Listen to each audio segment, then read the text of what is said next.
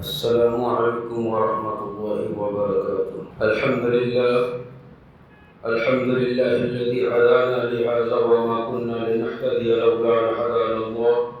وأشهد أن لا إله إلا الله وحده لا شريك له، وأشهد أن سيدنا مولانا بارك وسلم. أما بعد، قال الله تبارك وتعالى: أعوذ بالله من الشيطان الرجيم، بسم الله الرحمن الرحيم. يا أيها الذين آمنوا اتقوا الله ولتنظر نفس ما قدمت لغد. صدق الله العظيم. بسم الله الرحمن الرحيم. قال النبي صلى الله عليه وسلم: من تشبه بقوم فهو منهم، أو كما قال عليه الصلاة والسلام. بسم الله الرحمن الرحيم. رب اشرح لي صدري ويسر لي أمري واحلل عقدة من لساني يفقهوا قولي. بسم الله الرحمن الرحيم. درود شریف پڑھ لیجیے. اللهم صل على محمد وعلى آل محمد كما صليت على إبراهيم وعلى آل إبراهيم إنك حميد مجيد. اللهم بارك على محمد وعلى آل محمد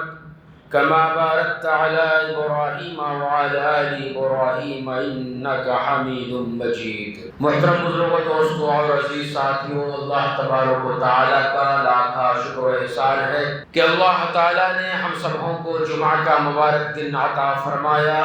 اور جمعہ کی نماز ادا کرنے سے پہلے چند باتیں قرآن و حدیث کی روشنی میں سننے اور سنانے کا موقع عطا فرمایا. میرے دوستو، اسلامی کیلنڈر کے اعتبار سے الحمدللہ رجب المرجب کا مہینہ شروع ہو چکا ہے اور آج اس مہینے کا یہ پہلا جمعہ ہے، اور اسی کے ساتھ 2026 کا آغاز بھی چند دنوں کے بعد ہونے والا ہے. دسمبر کا مہینہ ہے اور پورے ملک ہی نہیں بلکہ پوری دنیا کے اندر 31 دسمبر کو جو بھی چیزیں نیو ایئر کے تعلق سے اس سے پہلے منایا جاتا ہے، اسلامی شریعت و اسلامی نقطۂ نظر سے کیا وہ چیزیں درست ہیں، صحیح ہیں؟ ہم مسلمانوں کو ایسے اوقات میں کیا کرنا چاہیے؟ ان تمام چیزوں کے اوپر انشاءاللہ روشنی ڈالنے کی کوشش کروں گا، بیان کرنے کی کوشش کروں گا. اللہ تبارک و تعالیٰ سے یہ دعا ہے کہ اللہ تعالیٰ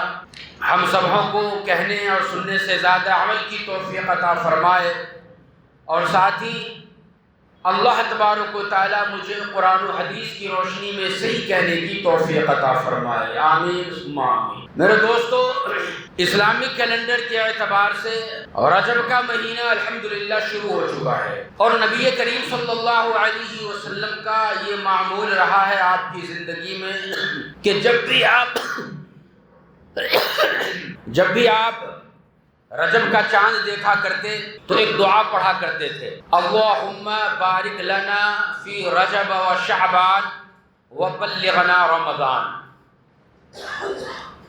نبی کریم صلی اللہ علیہ وسلم جب بھی رجب کا چاند دیکھتے تو یہ دعا پڑھتے. یہ نبی کریم صلی اللہ علیہ وسلم کی سنت ہے. لیکن آج ہم مسلمانوں کو چاند دیکھنے کا موقع نہیں ملتا. اگر کوئی دیکھنا بھی چاہتا ہے تو بلڈنگیں اتنی بڑی ہو گئی ہیں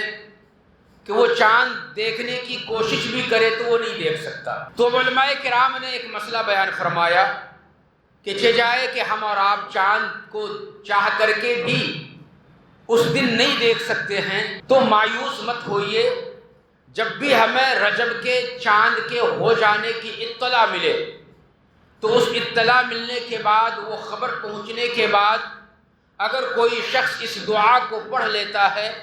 جو دعا نبی کریم صلی اللہ علیہ وسلم رجب کا چاند دیکھ کر کے پڑھا کرتے تھے، تو اللہ تبارک و تعالیٰ وہی ثواب ایسے شخص کو بھی انشاءاللہ عطا فرمائے گا. اس لیے اگر ہم میں سے کسی کو آج اور ابھی رجب کے چاند کے ہو جانے کی اطلاع ملی ہے تو ایسی صورت میں چاہیے کہ آپ سب ہمارے ساتھ پڑھیے اس دعا کو: اللہم بارک لنا فی رجب و شعبان وبلغنا رمضان. اس کا مطلب یہ ہے کہ اللہ تبارک و تعالیٰ آپ ہمیں رجب اور شعبان کے مہینہ میں برکتیں نازل فرما دے ہمارے واسطے، اور ہماری عمر کو رمضان تک پہنچا دے۔ یہ نبی کریم صلی اللہ علیہ وسلم کا رمضان مبارک سے حد درجے کی محبت کی ایک دلیل تھی کہ نبی کریم صلی اللہ علیہ وسلم رمضان سے کس طریقہ پر محبت کیا کرتے تھے، کیسی آپ کو چاہت تھی کہ 2 مہینہ پہلے سے ہی اللہ تبارک و تعالیٰ سے یہ دعا کر رہے ہیں کہ یا اللہ میری عمر کو رمضان تک پہنچا دے۔ اور پھر علماء کرام نے یہ بیان فرمایا کہ ہم میں سے تمام مسلمانوں کو یہ چاہیے کہ ہم اس دعا کا پورے رجب کے مہینہ میں اہتمام کریں، چونکہ اس دعا کے اندر جو اس کا میننگ ہے، وہ دعا کی میننگ سے ہمیں یہ اندازہ ہوتا ہے کہ یہ دعا کس طریقہ پر بہترین دعا ہے، کہ اس کے اندر جو مہینہ ہمارے اندر ہے، جس مہینے میں ہم اور آپ جی رہے ہیں، اس مہینے کے اندر برکتوں کی نزول کی دعا کی جا رہی ہے۔ اس مہینے کے بعد جو شعبان کا مہینہ آئے گا، اس مہینے کے اندر بھی برکت کی دعا کی جا رہی ہے، اور ساتھ ہی یہ بھی کہا جا رہا ہے کہ آپ یہ بھی دعا کرو ساتھ میں کہ یا اللہ جب آپ نے ہمیں یہاں تک پہنچا دیا ہے کہ رجب کا مہینہ آپ نے ہمیں عطا فرما دیا، تو ایک قدم دور رمضان کا مہینہ ہے، اس رمضان کا مہینہ بھی ہمیں عطا فرما دے اور اس رمضان تک ہماری عمر کو پہنچا دے۔ موت و حیات تو اللہ تبارک و تعالیٰ نے متعین کر رکھا ہے کہ اگر رمضان تک ہماری عمر باقی ہوگی تو ہم انشاءاللہ ضرور رہیں گے۔ اگر اس سے پہلے کسی کی موت واقع ہے تو وہ اس سے پہلے جب موت واقع ہوگی، جس دن جس وقت میں متعین ہے، اس دن میں اس دنیا کو چھوڑ کر کے وہ چلا جائے گا۔ لیکن بار بار دعا کرنے سے فائدہ یہ ہوگا کہ بسا اوقات جو ہم عمل کرتے ہیں وہ اتنے اچھے طور پہ نہیں کر پاتے، لیکن اسی کے ساتھ ساتھ ہم نے نیت و ارادے سے اگر ہم نے دعا کر لی تو اللہ تبارک و تعالی کام سے بہتر نیت اور ارادے کی وجہ سے اللہ زیادہ ثواب کا مستحق بنا دیتا ہے۔ ہمیں رمضان کا مہینہ ملے الحمدللہ، انشاءاللہ ہو سکتا ہے کہ ہم رمضان کا احترام اس طریقہ پر نہ کر سکتے ہوں، لیکن میرے دوستو جب ہم نے دعا کی اللہ تبارک و تعالیٰ سے اس جستجو کے ساتھ کہ یا اللہ اب کی بار جو رمضان آئے گا ہم اس کے اندر تیری عبادت جان سے کریں گے اور اپنے مال کی بھی اچھے طور پہ آپ کے سامنے جو ہے وہ خرچ کریں گے، روزے رکھیں گے، رات میں تراویح پڑھیں گے، قرآن کریم کی تلاوت کریں گے، یہ جذبہ اگر انسان کے دل میں ہے اور اس جذبے کے ساتھ اگر وہ اللہ سے دعا کر رہا ہے کہ یا اللہ میری عمر کو رمضان تک پہنچا دے، اب یہ دعا کرنے والا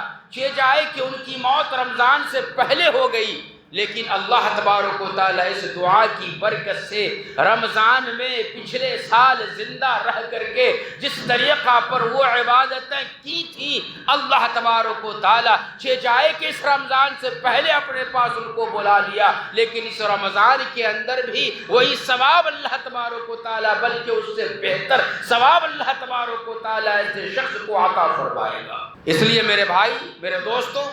ہمیں یہ چاہیے کہ ہم اس دعا کو زبانی یاد کر لیں، ہر نماز پڑھنے کے بعد ایک دفعہ ہم اس دعا کو مانگا کریں، اللہم بارک لنا فی رجب و شعبان وبلغنا رمضان۔ اس دعا کو ہم کا اہتمام کریں تو اللہ تبارک و تعالی ہمارے مہینے کے اندر رجب اور شعبان میں بھی برکتیں نازل فرمائے گا، اور ہماری عمر کو اللہ جب رمضان تک پہنچائے گا تو اس کے اندر بھی اللہ تبارک و تعالی زیادہ سے زیادہ عبادتوں کی اور افکار خیر کی توفیق عطا فرمائے گا۔ یہ رجب کا مہینہ یہ نہایت ہی بابرکت مہینہ ہے، اس کی برکت کا اندازہ آپ اسی سے لگا لیجئے کہ نبی کریم صلی اللہ علیہ وسلم نے ارشاد فرمایا یہ 4 محترم مہینوں میں سے ایک محترم مہینہ ہے۔ یہ وہ مبارک مہینہ ہے جس میں زمانے جاہلیت کے اندر بھی وہ لوگ اس کا احترام کیا کرتے تھے کہ اگر کسی قوم سے جنگ بھی چھڑ چکی ہیں، جو ہی یہ مہینہ آتا رجب کا مہینہ، تو ایسی صورت میں تمام جنگوں کو اسی جگہ پہ چھوڑ دیتے اور اپنے آپ کو روک لیا کرتے تھے۔ کوئی بھی غلط کام زمانے جاہلیت میں بھی کفار و مشرکین ان مہینوں کے اندر نہیں کیا کرتے تھے۔ اس حساب سے یہ نہایت ہی محترم مہینہ ہے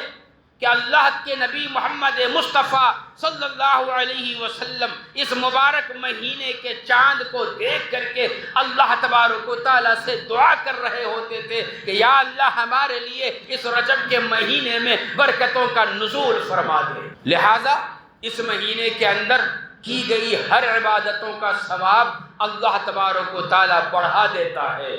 اور یاد رکھیے ایک چیز اور، کہ جن مہینوں اور جن دنوں میں اللہ تبارک و تعالیٰ عبادتوں کے ثواب کو بڑھا دیتا ہے، ان مہینوں اور ان دنوں کے اندر اگر کوئی گناہ کا کام کیا جائے تو ٹھیک اسی طریقہ پر جیسا ثواب میں اضافہ ہوتا ہے، گناہ کے اندر سزا میں بھی اللہ اضافہ کر دیتا ہے۔ اس واسطے ہمیں چاہیے کہ ہم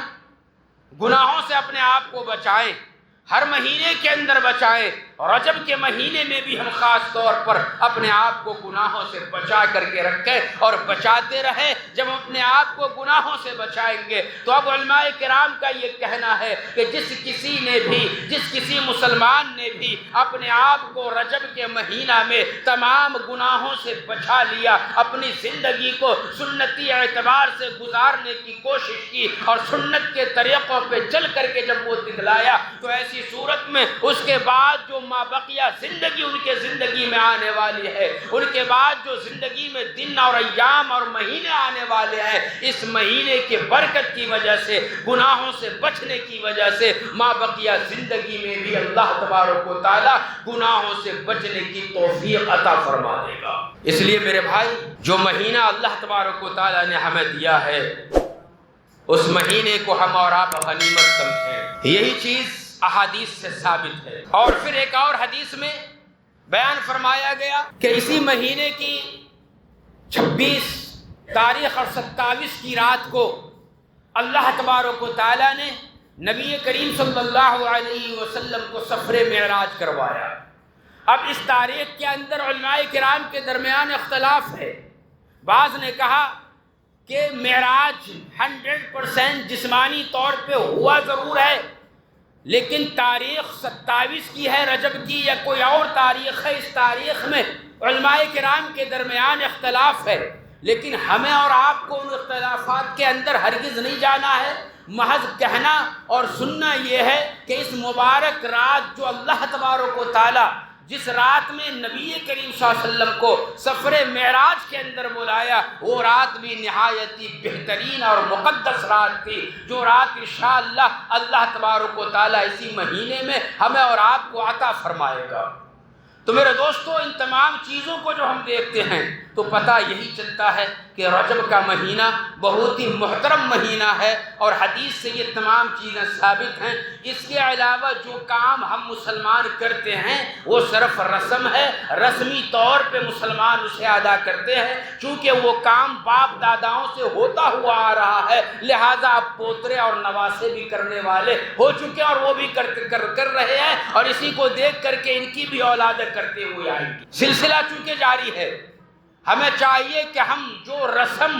باپ داداؤں سے چل رہا ہے ان رسموں کو ہم ختم کریں اور وہی کام کریں جو نبی کریم صلی اللہ علیہ وسلم سے ثابت ہے، وہی کام کریں جو صحابہ کرام نے کر کے بتلایا، وہی کام کریں ہم رجب کے مہینہ میں جو صحابہ کرام کیا کرتے تھے اور نبی کریم صلی اللہ علیہ وسلم نے کر کے دکھلایا ہے۔ ان مبارک مہینے کے اندر ہم جتنا چاہیں نفل نماز پڑھ سکتے ہیں، لیکن نفل نماز کا کوئی خاص طریقہ نبی کریم صلی اللہ علیہ وسلم سے ثابت اس مہینے کے اندر نہیں ہے۔ دوسرے کئی ایک نماز ہیں جو نبی کریم صلی اللہ علیہ وسلم نے بتلایا ہے، صلاۃ الحاجت ہے، صلاۃ التوبہ ہے، یہ تمام نمازیں نبی کریم صلی اللہ علیہ وسلم سے ثابت ہے، لیکن کئی لوگوں نے نمازوں کو اپنی طرف سے جو ہے خاص کر دیا کہ 4 رکعت نماز ان مہینوں کے اندر پڑھیں گے، پہلا جمعہ جب رجب کا آ جائے تو ہم یہ عبادت کر لیں گے، اس طریقہ پر نماز پڑھ لیں گے، پہلی رکعت میں یہ سورہ، دوسری میں یہ سورہ پڑھیں گے، تو ایسی صورت میں تمام بیماریاں اور تمام چیزیں ختم ہو جائیں گی۔ یہ تمام چیزیں لوگوں نے اپنی طرف سے بنا کر کے ہم لوگوں کے اندر پیش فرمایا ہے، پروس دیا ہے، اور موبائل کے اوپر ایک میسج جو ہی رجب کا چاند نظر آتا ہے اس سے پہلے سے یہ میسج گردش کرنا شروع کر دیتا ہے کہ جو سب سے پہلے رجب کے آنے کی خوشخبری دے گا وہ جنت کے اندر داخل کر لیا جائے گا۔ اور یہی چیز رمضان کے تعلق سے بھی گردشیں کرتی ہیں کہ جو سب سے پہلے رمضان کی خبر دے گا وہ جنت کے اندر داخل کر لیا جائے گا۔ میرے بھائی، جنت حاصل کرنا اتنی سستی چیز نہیں ہے۔ اس جنت کو حاصل کرنے کے لیے صحابہ کرام نے بڑی سے بڑی قربانیاں دیں۔ اگر صرف رجب کا چاند کی اطلاع دینے کی وجہ سے جنت واجب ہو جاتی تو میدان بدر کیوں قائم کیا جاتا؟ احد کا میدان کیوں قائم کیا جاتا؟ غزوہ خندق کی نوبت کیوں پیش آئی؟ مکہ سے مدینے کی طرف ہجرت کرنے کی نوبت کیوں پیش آئی؟ یہ جنت اتنا آسان نہیں ہے کہ ہم کسی کو رمضان کی خبر کی اطلاع دے دیں اور رمضان کے چاند کی اطلاع دے دیں، رجب کے مہینے کے چاند کی اطلاع دے دیں اور اس کے بعد ہم اپنے گھر میں اپنے دوستوں احباب میں گناہوں کے اندر اپنی زندگی کو گزارتے رہیں اور یہ چاہیں کہ بھائی ہم نے تو اطلاع دے دی ہے ان چیزوں کی اور ہم جنت کے حقدار ہو گئے۔ خدا کی قسم، یہ شیطانی حربوں میں سے بہت بڑا حربہ ہے جو ہم مسلمانوں کو اور نوجوانوں کو مکمل طور پہ ان حربوں کے ذریعے سے راہ راست سے ہٹا کر کے جہنم والے راستوں کے اوپر چلانے کی کوشش کی جا رہی ہے۔ اس لیے ہمیں ان میسجوں سے بھی بچنا ہے، ان باتوں کے اوپر یقین و اعتقاد نہیں رکھنا ہے، بلکہ ہمیں دیکھنا یہ ہے کہ نبی کریم صلی اللہ علیہ وسلم نے ان دنوں کو کس طریقہ پر گزارا، ان راتوں کو کس طریقہ پر گزارا۔ نبی کریم صلی اللہ علیہ وسلم کا طریقہ کیا تھا؟ نبی کریم صلی اللہ علیہ وسلم رجب کے مہینہ میں بارہا اللہ تبارک و تعالیٰ سے ان دعا کا اہتمام کیا کرتے تھے، اللہم بارک لنا فی رجب و شعبان وبلغنا رمضان۔ لہٰذا ہم مسلمانوں کو چاہیے کہ ہم بھی ان دعاؤں کا بارہا اہتمام کریں۔ یہی طریقہ نبی کریم صلی اللہ علیہ وسلم نے صحابہ کرام کو سکھلایا تھا اور صحابہ کرام نے اپنی پوری زندگی میں اس طریقوں کے اوپر عمل کیا ہے۔ لہٰذا ہم مسلمانوں کو بھی چاہیے کہ ہم نبی کریم صلی اللہ علیہ وسلم کے اس طریقے کو اپنائیں اور اپنے دعاؤں میں اس دعا کا اضافہ کر لیں۔ تو میرے دوستو، اب رجب کا مہینہ اور معراج کے تعلق سے جو بھی باتیں ہیں انشاءاللہ وہ باتیں آتی رہیں گی، اور جس رات میں ہم اور آپ بیٹھیں گے معراج کی گفتگو کو سننے کے لیے وہاں بھی تفصیل سے اس کا ذکر کیا جائے گا انشاءاللہ۔ لیکن ساتھ ہی میں نے حدیث کا خطبے کے اندر ایک ٹکڑا تلاوت کیا تھا جس میں نبی کریم صلی اللہ علیہ وسلم نے ارشاد فرمایا، من تشبہ بقوم فہو منہم، کہ جو بھی کوئی شخص کسی قوم کی نقالی کرے گا، ان کی شباہت اختیار کرے گا، قیامت کے دن اللہ تبارک و تعالیٰ انہی قوموں کے ساتھ انہی کے صف کے اندر اسے کھڑا کر دے گا۔ اب چونکہ دسمبر کا مہینہ چل رہا ہے، چند دنوں کے بعد 31 دسمبر آنے والی ہے، اس کے بعد سال بدل جائے گا اور نئے سال کا ہم ایک دوسرے کو مبارکبادی دیتے پھریں گے، جبکہ ہم مسلمانوں کا نیا سال محرم کے مہینے سے شروع ہوتا ہے جو شروع ہو چکا۔ ہم مسلمان آج دین سے اس طریقہ پر دور ہیں کہ محرم کا مہینہ آ کر کے چلا جاتا ہے، ہمیں پتہ ہی نہیں چلتا کہ محرم سے نیا سال کا، اسلامی سال کا آغاز ہوا۔ ہم چونکہ انگلش ماحول میں رہتے ہیں، اٹھنا بیٹھنا اسی میں ہمارا ہوتا ہے، نرسری سے لے کر کے پوری زندگی جو بھی ہمیں پڑھنا ہوتا ہے انہی طریقوں کے اوپر ہمارے بچے پڑھتے ہیں، اس لیے انہیں اسلامک مہینوں کا نام بھی یاد نہیں رہتا، اسلامک دن کے نام بھی یاد نہیں رہتے۔ انگلش کے اعتبار سے وہ ساری چیزیں یاد رہتی ہیں، انگلش کے اعتبار سے جتنی تمام مہینے اور تمام دن ہمیں یاد ہوتے ہیں ہمارے بچوں کو، ان کے ساتھ ساتھ ہمیں عربک مہینوں کے نام بھی یاد ہونے چاہیے۔ تو میرے دوستو، محرم کے مہینہ سے ہمارا سال کا آغاز ہو چکا ہے۔ یہ جو انگلش اعتبار سے جو جنوری آنے والا ہے 2026 کا، یہ عیسائیوں کا عقیدہ ہے، یہودیوں کا یہ عقیدہ ہے کہ وہ نیا سال مناتے ہیں، غیروں کا عقیدہ ہے۔ اسلام نے ان تمام چیزوں سے مکمل طور پہ اپنے آپ کو بچا کر کے رکھا ہے اور قیامت تک آنے والے مسلمانوں کو یہ سبق دیا ہے کہ تمہیں اس طریقہ پر ان سالوں کے منانے میں اپنی زندگی کے اوقات کو ہرگز صرف نہیں کرنا، برباد نہیں کرنا ہے۔ 20ویں سال جو شروع ہوا حضرت عیسیٰ علیہ السلام کی زندگی سے عیسوی سال کا آغاز ہوا، یہی تاریخ کی کتابوں میں لکھا ہے۔ نبی کریم صلی اللہ علیہ وسلم سے تقریباً 600 سال پہلے، لمسم 600 سال پہلے، کئی روایت میں 570-75 سال پہلے،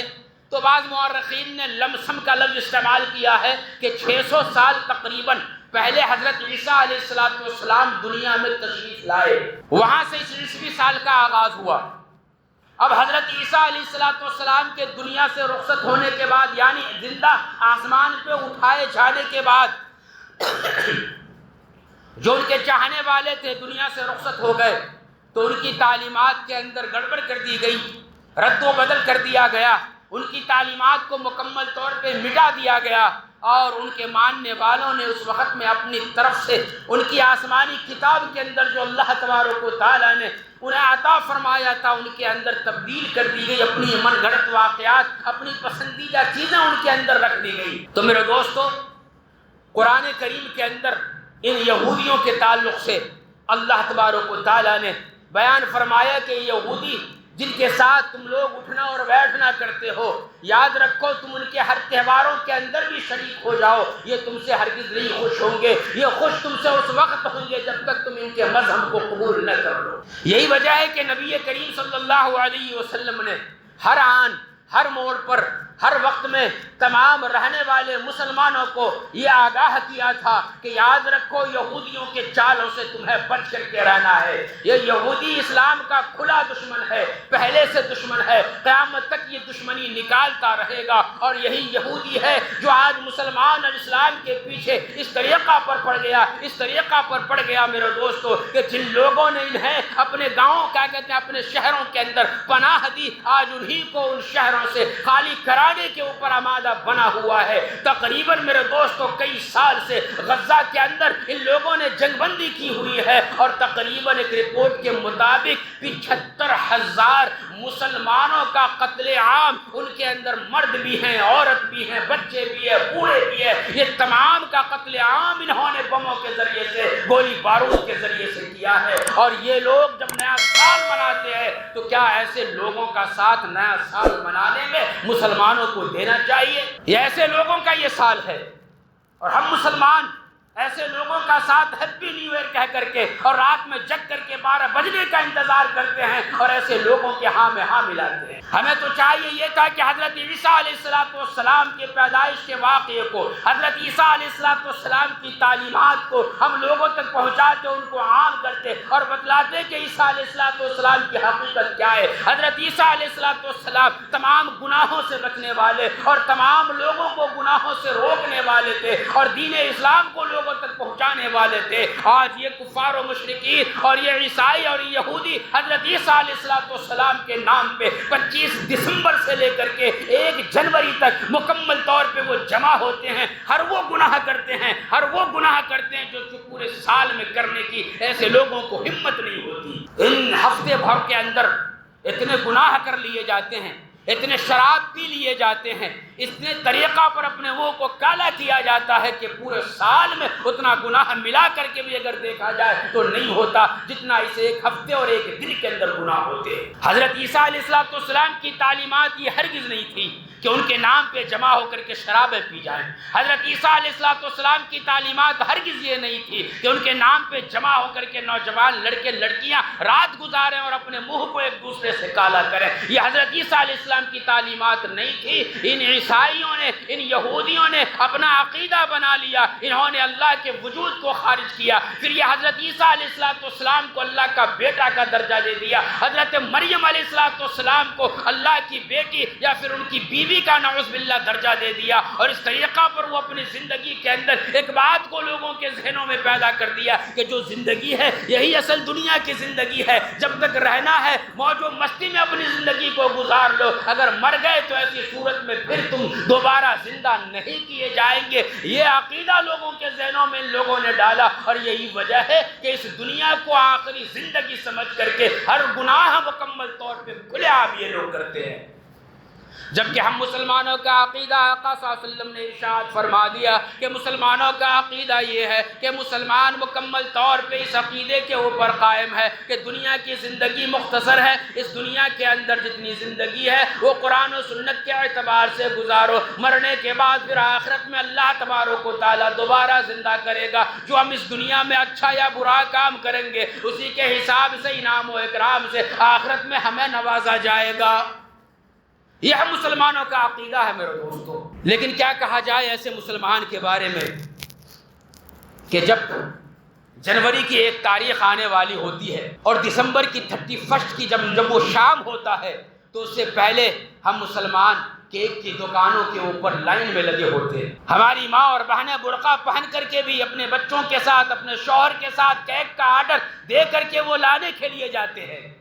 جب ان سے پوچھا جاتا ہے کہ بھئی ایسا کیوں کر رہی ہو یا کیوں کر رہے ہو تو وہ کہتے ہیں کہ بچے کی ضد ہے، بچے کی ضد اور ان کی خواہش ہے، اس لیے ہم یہ کام کر رہے ہیں۔ رب کائنات کی قسم ہے میرے دوستو، مسلمانوں یاد رکھو، کیا بچے کی ضد کی وجہ سے ہم کیا کہتے ہیں غیر مسلم کے طریقے کو اپنائیں گے؟ کیا بچے کی ضد کی وجہ سے نبی کریم صلی اللہ علیہ وسلم کی سنتوں کی دھجیاں اڑائیں گے؟ کیا بچے کی ضد کی وجہ سے ہم دین کو پیچھے چھوڑ دیں گے؟ کیا نبی کریم صلی اللہ علیہ وسلم کے پاس بچے نہیں تھے؟ کیا صحابہ کرام کے پاس بچے نہیں تھے؟ کیا صحابہ کرام کے بیویوں کے پاس بچے نہیں تھے؟ ان سبھوں کے پاس بھی میرے دوستو بچے تھے، ان سبھوں نے بھی اپنے بچوں کی تربیت کی۔ نبی کریم صلی اللہ علیہ وسلم کے پاس جب صدقے کا کھجور آیا، اپنے نواسے کو لے کر کے وہاں سے گزر رہے ہیں، نواسے رسول نے صدقے کے کھجور میں ہاتھ کو ڈال کر کے منہ میں رکھا۔ یہ بچے تھے لیکن نبی کریم صلی اللہ علیہ وسلم نے تربیت کی اور فرمایا کخ کخ اپنے منہ سے چیز کو نکالو، یہ صدقے کا کھجور ہے،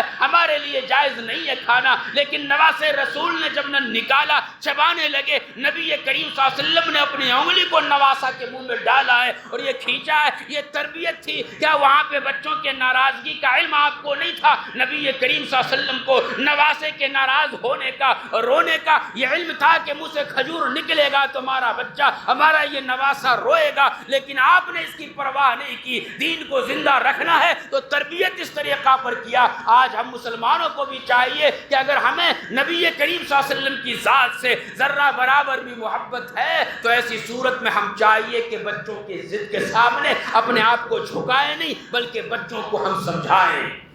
سمجھانے والے بنائیں۔ اور 1 سال ہمارا گزر رہا ہے تو ہمیں خوش ہونے کی ضرورت نہیں ہے۔ اگر ہم میں سے کسی کی عمر 80 سال ہے اور 25 سال ان کی زندگی کا گزر گیا، 26واں سال اگر وہ لگ رہا ہے تو وہ زندگی کا جو 80 بہاریں دیکھنے والا تھا اس میں سے 25 بہاریں تو اس کی ختم ہو گئی، تو خوشیاں کس بات میں منانا ہے؟ غم منانا چاہیے کہ جینا تو 80 سال تھا، 25 سال ہم جی چکے ہیں، ماں بقیہ زندگی کو ہمیں کیسا گزارنا ہے؟ 1 سال ہمارا پچھلا کیسا گزرا، ان کا حساب کرنے کے لیے اپنے گھر میں اپنے بیوی بچوں کے ساتھ ہمیں بیٹھنا ہے کہ 2025 جو ہمارا گزرا ہے ہم نے کتنے قرآن کریم کو پڑھ کر کے ختم کیا ہے، یہ ہمیں حساب لگانا ہے۔ کتنی نمازیں ہماری قضا ہوئی ہے، کتنے ہمارے نماز چھوٹے ہیں، اس کا حساب لگانا ہے۔ کتنے لوگوں کو ہم نے تکلیف دی، ماں باپ کی بات مانی نہیں مانی، بچوں کا حقوق ادا کیا نہیں کیا، بیویوں کا حقوق ادا کیا نہیں کیا، اپنے ماں باپ کا حقوق ادا کیا نہیں کیا، پڑوسیوں کا حقوق ادا کیا نہیں کیا۔ ان تمام چیزوں کا ہمیں جو 31 دسمبر کی رات کو بیٹھ کر کے ہمیں حساب لگانا ہے